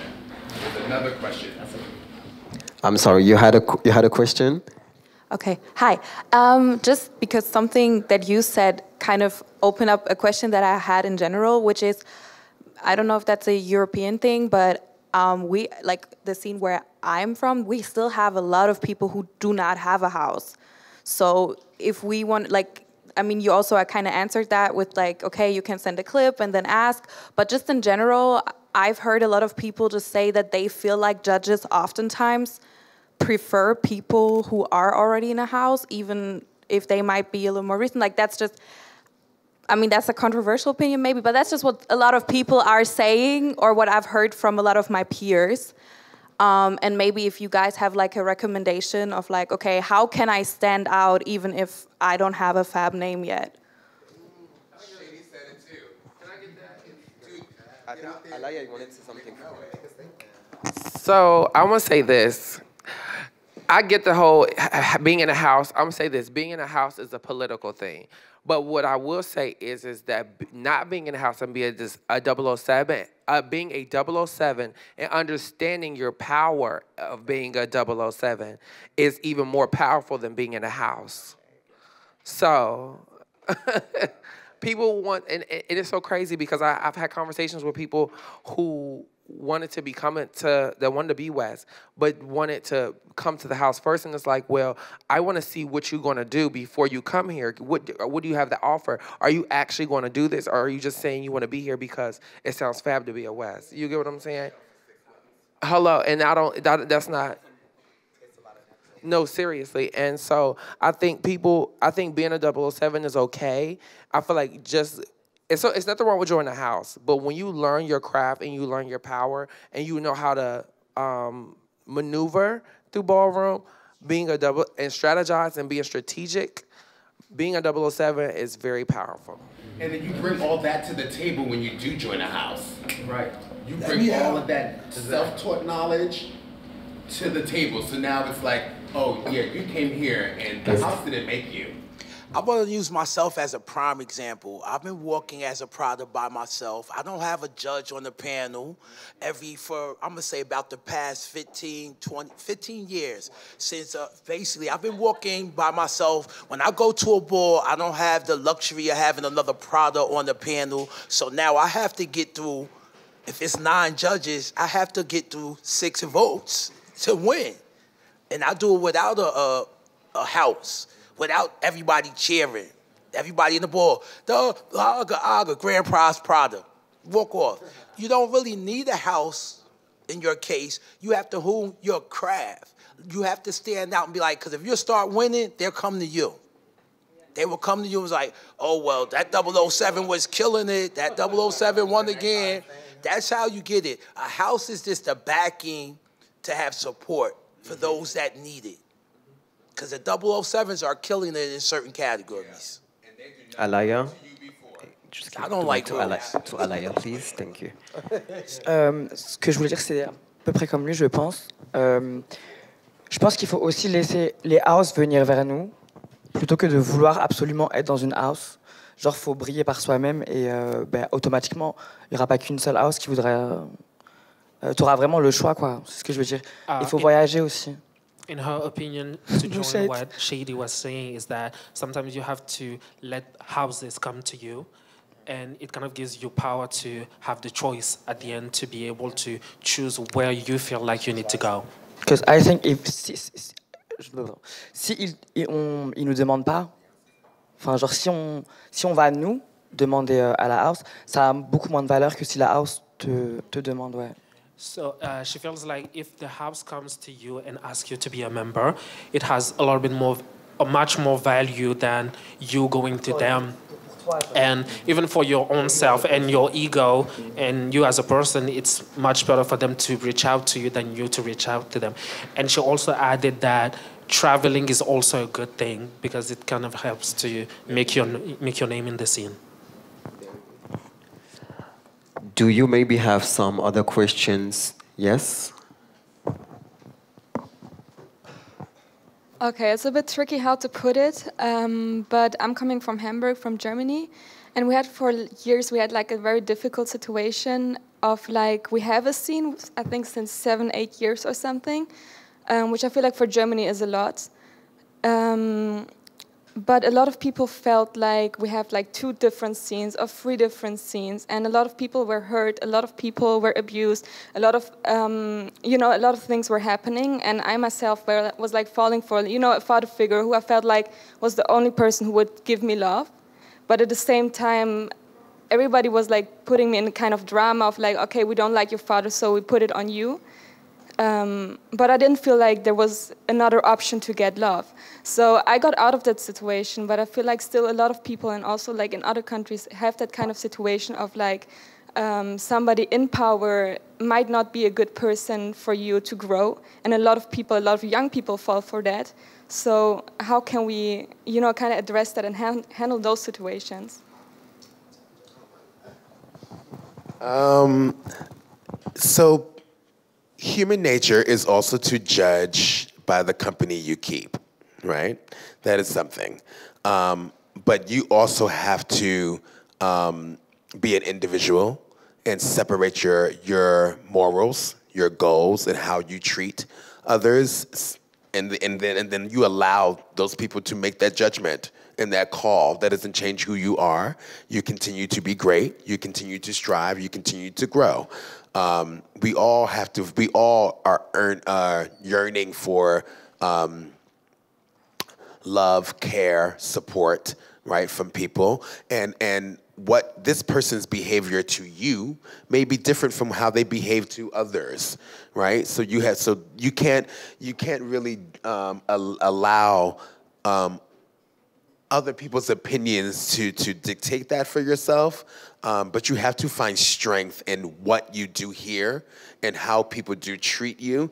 I say that because, again, like I've had parental figures, or I've been in a house where, you know, people's like, oh, I don't like this house. So therefore, automatically people thought that I was shady, right? Even from my performance, people see me vogue a certain way on the floor, and for years, a lot of people did not speak to me because they thought that, oh, that's how I act outside of balls. But I'm not. That's just Queen Bee on the floor. That's it. But I'm not. That's not who I am outside of that. And so same thing, a lot of people will do that. So you kind of have to like, you have to really be like, how does this person treat me? And take that, because that's who they're showing who they are to you, right? And then you just allow that to go. Let that stuff bounce off of you. And that's really my only advice that I can say. No matter what, people, it's a scene. No matter what, it's a competitive scene. So someone's gonna like a person because they voted for them or didn't, and you might be the child of that person, and they'll take it out on you. People have done that. Again, you have to be strong, and know who the people you are around, right? And know that, and just kind of be like, well, okay, this is who I'm around. I know people might not like them or people might love them, but you have your own journey and your own way of making people love you or dislike you. But I just have a question to respond to that. Don't you think that sometimes being around these people has an impact on your behavior too? Or also that because some people do not like your father and stuff like that, or your other house member, them acting such a way and other people in the house not saying anything could have an impact on how they view you. Because you may like someone or you may like a certain person, but because somebody in their house has a certain behavior and nobody in the house is seeing anything, you're just kind of like, oh, okay, so at the end of the year, y'all are all just the same. Well, of course. I mean, of course. I mean, that is just, again, I always say human nature, because that's what we have to go back to.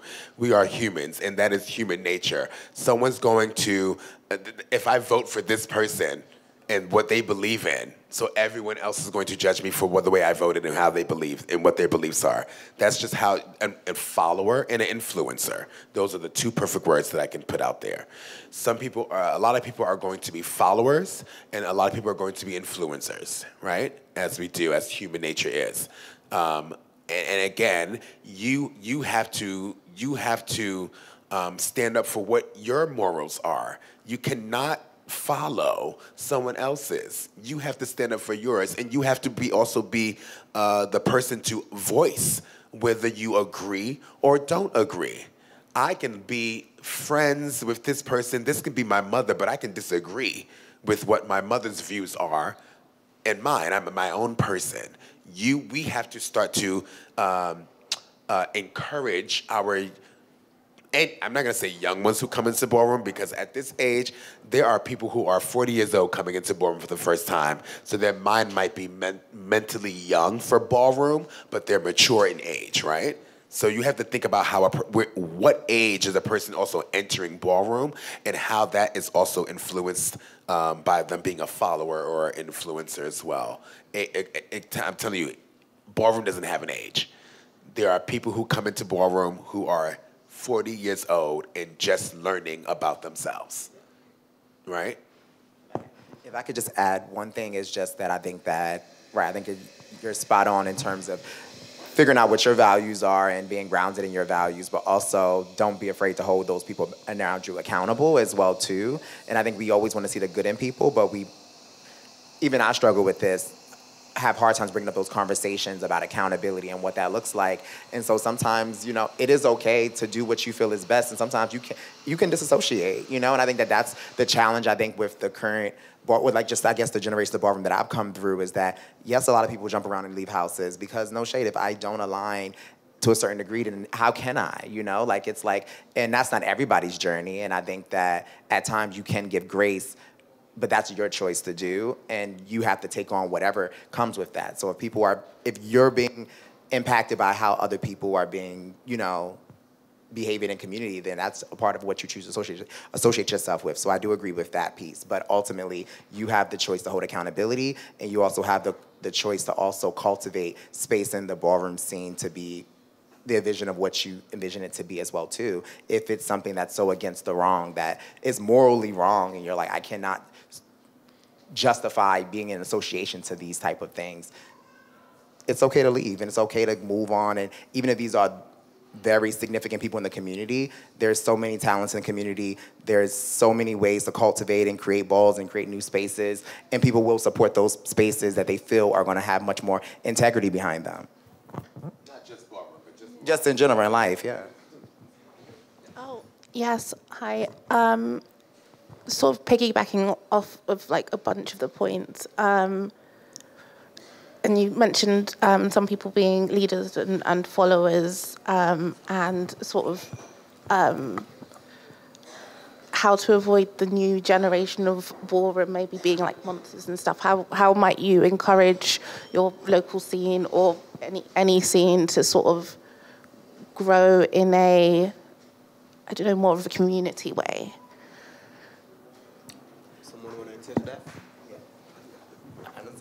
I don't know. I think that in community, I think that it is community when people come together, and what that space becomes is what you all make it. And I think that as it pertains to ballroom, there is heritage, there is history. So I encourage you to kind of learn those things and understand how the complexities of the scene. The scene doesn't just operate at the ball. The scene operates in so many social ways, and perhaps country to country they may perhaps be different in ways, but for the most part we all come together, we galvanize, we drink, we celebrate, we we mourn, we do things together, and that is community, you know, ball aside, you know, like, and sometimes it's hard to see that part when the balls get so rigorous and it's like, okay, this is so unfair perhaps, or so hostile or whatever, but that community is still happening even at the ball. That encouragement, the person on the side getting chopped, that person, you know, like that's helping get their effect ready for the next category. Yeah. It's still going on within the complexities of the competition. But sort of like things where you're saying taking care of people's mental health, or even like people being dangerous at a ball, like dipping on top of each other and getting in their space, or like, you know, getting, I don't know, aggressive, but maybe like not entirely violent, or like snatching wigs and stuff, and all that kind of like, I suppose, drama, but then gets into like weird territory. Yeah, I think that's a part of it too. Like, not that it has to be that, but that's all about how people are choose. Sometimes that's a sense of expression in the moment, and not that every time those things lead to hostile things or that it is some tension. Sometimes it is. Sometimes it's just the performance, just what comes out of people, and I don't think that's a good or bad thing. But we can encourage people in terms of like, there are things that we do. We say no touching. We say, you know, keeping your space. Some people don't even know how to operate on a runway, and it's like, why are you even so far in someone's space and not even allowing yourself to stand out and be seen? Why are you so much on the judges? Why aren't you stepping back and taking up space for yourself? So I think a part of it is we have to cultivate that type of consideration on the runway for people. And I do think that in terms of the other things you were saying, in terms of providing that social support outside from what the impacts of what may happen at the ball, that's community as well too. There's, and like, at least I can speak for the States, there's tons of people that work within different organizations, that work within different disciplines, cross industries, and they contribute themselves in ways to the community, whether it's through mental health, whether it's through substance use, whether it's through hormonal treatment, et cetera. And so the community all exists. We just kind of have to pull people in to kind of fill those voids of what we're kind of desiring to kind of have represented. Thank you so much, Genovia, for this answer. We have 5 minutes left. I wanted to ask the audience, do you have any questions to the guest? Yeah.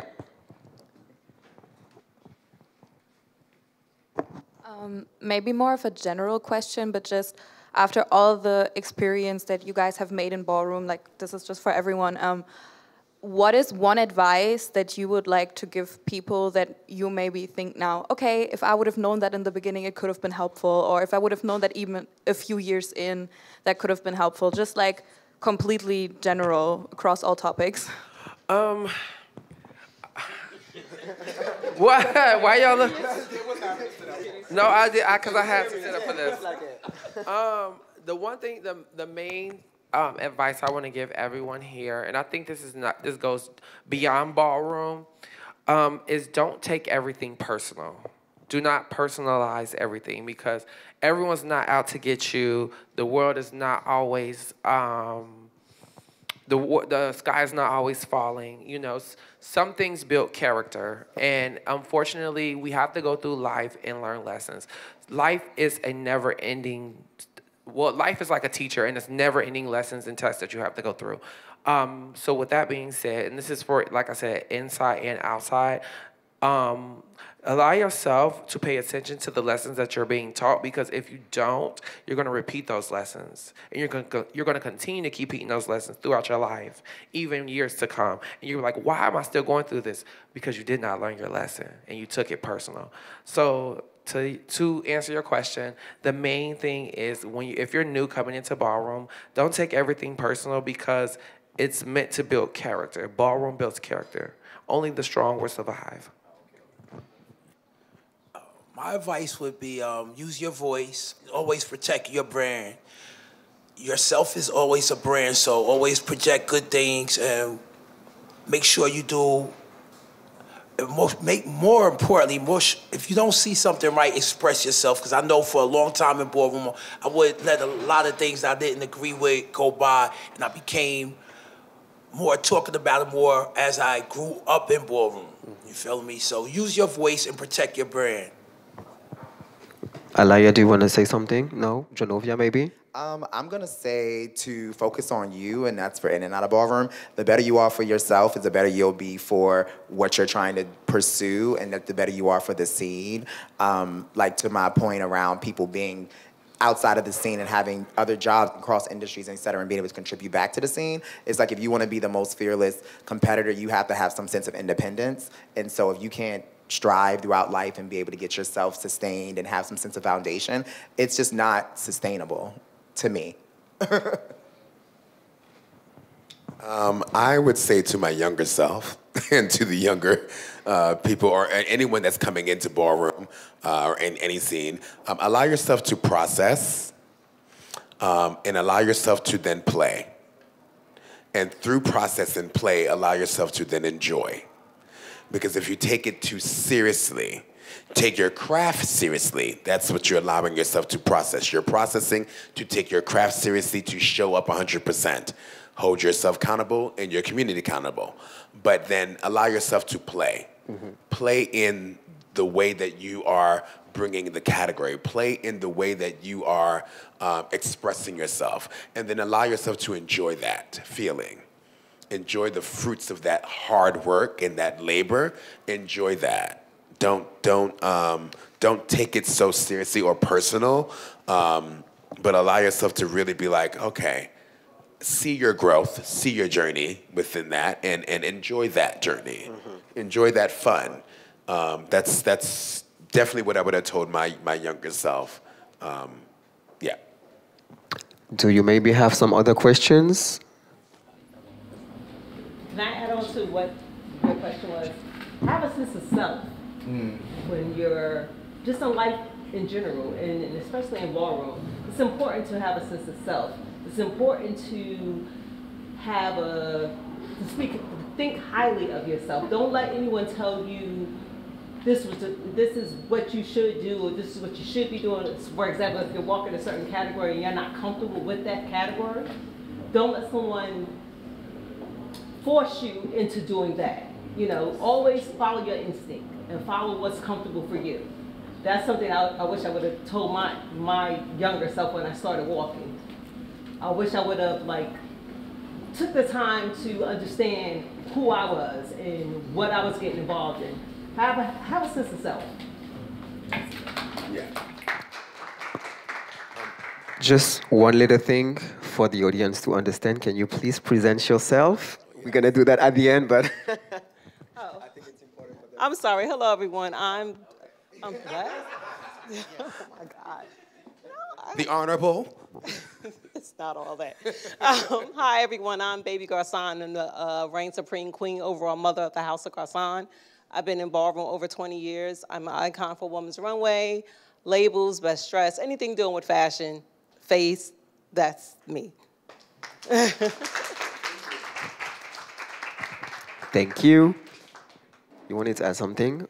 Yes, then I got so caught up. I just was like, and now I'm trying to figure out what I was going to say. What was I going to say?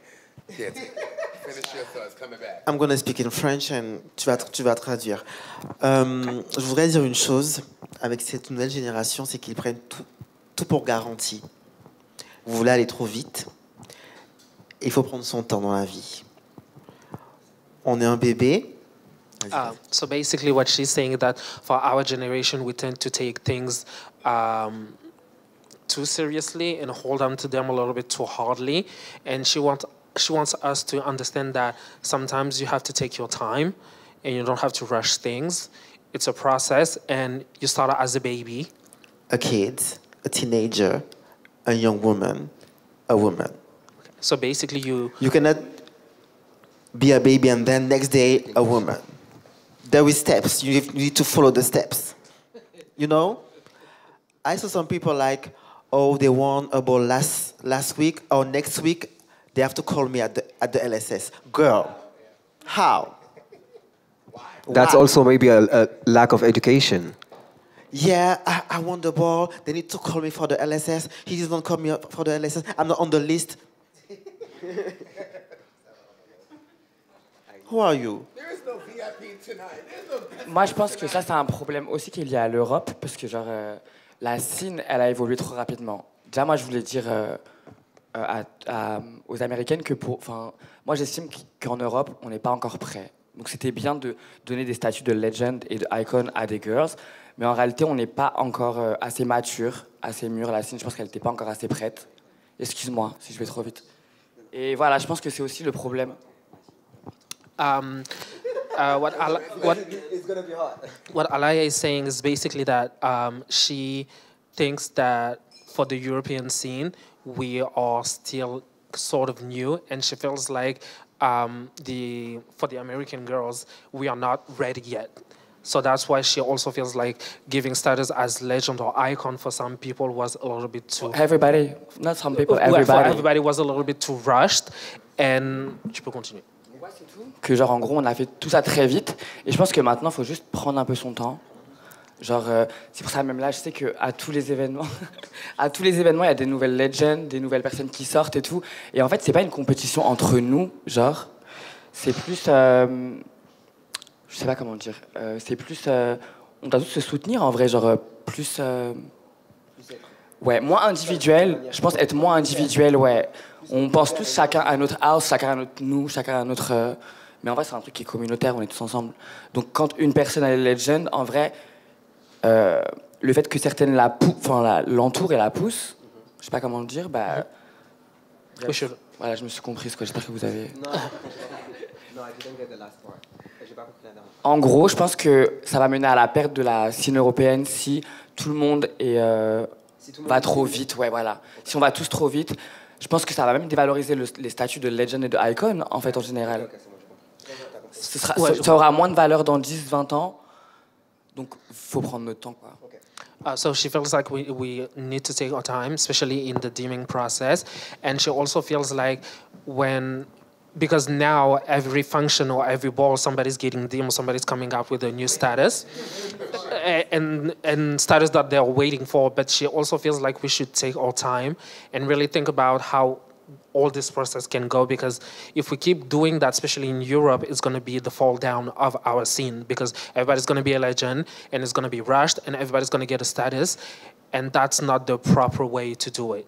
That's almost how a lot of people feel actually in America. A lot of that's the reason. That's the reason why I feel it's what you say is very important for us to really take our time and really value those status and not rush, because otherwise in, I don't know, maybe 5, 10, 15 years from now, we all are going to cry and regret to actually not take our time now. So I think that's really nice that you mentioned it, Alaya. Or Marie, you wanted to add something? I think, to wrap it up for me, but I think it's really important to understand the difference between competition and community. Right, those two different things. In community, we want to support each other. We want to cultivate each other. We want to, right, see each other arise in our best. In competition, there's stages. There's stages of achievement. There's stages of growth. There's stages that you have to take in order to then be seen and acknowledged and receive that acknowledgement the correct way. So that goes to like statuses. I do think that there's a lot of statuses that are being given out way before their time. Just like I do think that there are a lot of countries who have also had ballroom scenes thriving, but don't get the visibility because we don't see the community, right, in that. You have countries like Russia, who's been actually, before the Paris scene, has had a scene, before the Paris scene. But yet we don't see legends and statuses being put out there that they deserve as well, too. Or in Asia as well, too. Many of legends and parents should be legends there that have not. So I think there is a time, but we do need to understand the difference between competition and community. Community, we want everyone to become a legend. We want everyone to rise to that thing. But that's not going to happen. That shouldn't happen, because it's an achievement that you have gained through stages of competition. And that's what we have to understand, the breakdown of the two, the differences of the two. Everyone's not going to receive that acknowledgement unless you put the hard work into it. But you have to put the hard work into it. Yeah, but other countries definitely need to see, well, I think the US need to acknowledge the other countries' scenes as well. Thank you so much, Omari, and thank you so much, everybody, for joining this panel talk. It was the first of, I think, maybe some more. We are going to work on that because I feel like it's very important for us here in Paris and in Europe in general to actually get to learn. Thank you maybe that. Thank you so much, the iconic father, Omari Orichi. Thank you so much, European mother, Ivy Balenciaga. Thank you so much, legendary mother, Genovia Lanvin. Thank you so much, Paris mother, Alaya Miyake Mugler. Thank you so much, legendary New York City mother, Penzova West. Thank you so much, iconic Hall of Fame, Shady Prada. And thank you so much, Blue. Thank you so much for being here. And have fun to all the people that are going to the Kiki. And I will see you guys tomorrow. Mwah.